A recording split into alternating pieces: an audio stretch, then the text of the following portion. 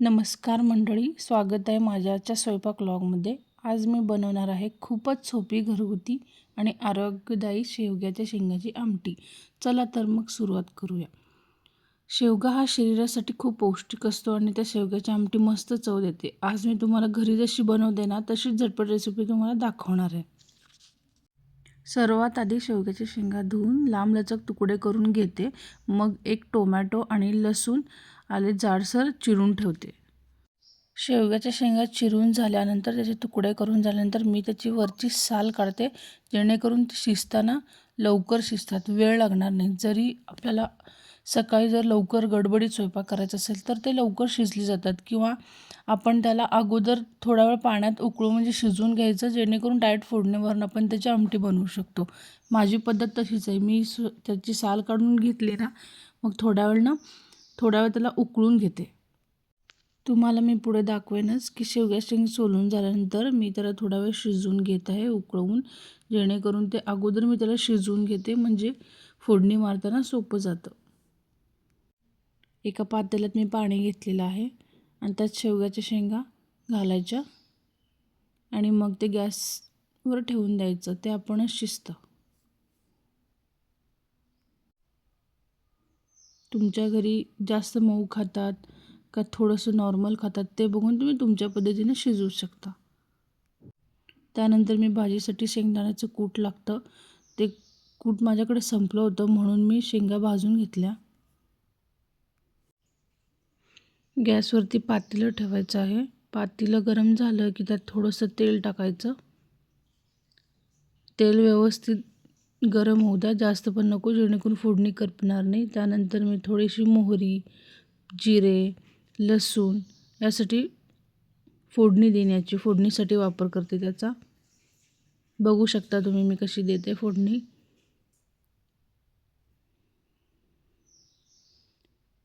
मोहरी आणि जिरी तडतडायला हवी चांगली. लसूण मी कापून घेतलेलं फोडणीसाठी वापरत आहे. आता त्याच्यामध्ये मी बारीक चिरून घेतलेला टोमॅटो घालत आहे आणि टोमॅटो व्यवस्थित परतून घ्यायचं आहे. थोडंसं ते सोनेरी कलर त्याला यायला पाहिजे, म्हणजे थोडासा मऊ व्हायला पाहिजे, तसंच नाही ठेवायचं. व्यवस्थित परतून घेत आहे त्याला. मग थोडा कढीपत्ता घातला, कोथिंबीर, कढीपत्ता मी अगोदरच घालते, जेणेकरून ते तेलामध्ये व्यवस्थित परतून निघतं. त्यानंतर मी धने पावडर घातलं आहे, थोडंसं काळं तिखट घरी बनवलेलं आहे. त्यानंतर लाल तिखट घातलं, घरचा मसाला आहे तो काळा तिखटाचा. थोडंसं मीठ, आपल्या चवीनुसार मीठ घालायचं. मग नंतर त्याला परत छान असं परतून घ्यायचं. नंतर मी घातलेत शिजवून घेतलेला शेवग्याच्या शेंगा.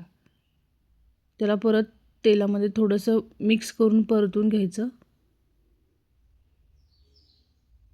गॅस हा मंदच ठेवायचा, जेणेकरून फोडणी करपणार नाही, नाहीतर करपली की परत त्या पूर्ण भाजीला त्याचा वास लागतो. मग घातलं पाणी तुमच्या अकॉर्डिंग, म्हणजे तुम्हाला जशी एकदम पातळ हवी आहे का थोडीशी सरबरीत आहे त्यानुसार तुम्ही पाणी घालू शकता. माझ्या घरी त्याची पातळ भाजी आवडीने खातात, त्यासाठी मी पाणी साठी जेवढं लागतं तेवढं मी पाणी यूज केलेलं आहे. त्यानंतर थोडी उकळी आली की मग घालायचं शेंगदाण्याचं कूट. उकळी येते, मी गॅस मंद ठेवलेला आहे, त्याच्यावरती मी कूट घालत आहे. तुमच्यामध्ये जसं लागतं तसं तुम्ही कूटचा वापर करू शकता. त्यानंतर व्यवस्थित मिक्स करून घ्यायचं आणि मिक्स झाल्यानंतर लगेचच नाही बंद करायचं, कारण ते जे शेंगदाण्याचं कूट आपण टाकलेलं आहे ते व्यवस्थित आळून नाही येणार, त्यामुळे त्याला थोडं उकळी यायला पाहिजे. बघा कसा कलर आला आहे आताच. आणि त्याला हलवत राहायचं थोडा वेळ, ज्यामुळे शेंगदाण्याचं आपण कूट टाकलेलं आहे ना ते पाण्यामध्ये व्यवस्थित आळून यायला हवं, नाही तर मग आमटी फारच पातळ एकदम असं हे दिसतं आणि त्याची चव पण नाही राहणार. जशी जशी त्याला उकळी येईल ना तसं तसं थोडं थोडं त्याला हलवत राहायचं. बघा त्याचा कलर किती मस्त दिसतोय आणि टेस्टलाही भारी लागते. शेवग्याच्या शेंगा तर ऑलरेडी मऊ मी शिजवून घेतले आहे, त्यामुळे आमटी आता तयार आहे. शेवटी सुगंध तर जबरदस्त लागतो. घरची साधी पण कमाल अशी शेवग्याच्या शेंगाची आमटी रेडी आहे. ही आमटी भाकरी, पोळी किंवा भाताबरोबर मस्त लागते. तुम्हीसुद्धा नक्की ट्राय करा आणि कशी वाटली ते कॉमेंटमध्ये नक्कीच सांगा. व्हिडिओ आवडला तर लाईक करा आणि अजून असे घरगुती रेसिपी व्लॉग पाहण्यासाठी चॅनलला सबस्क्राईब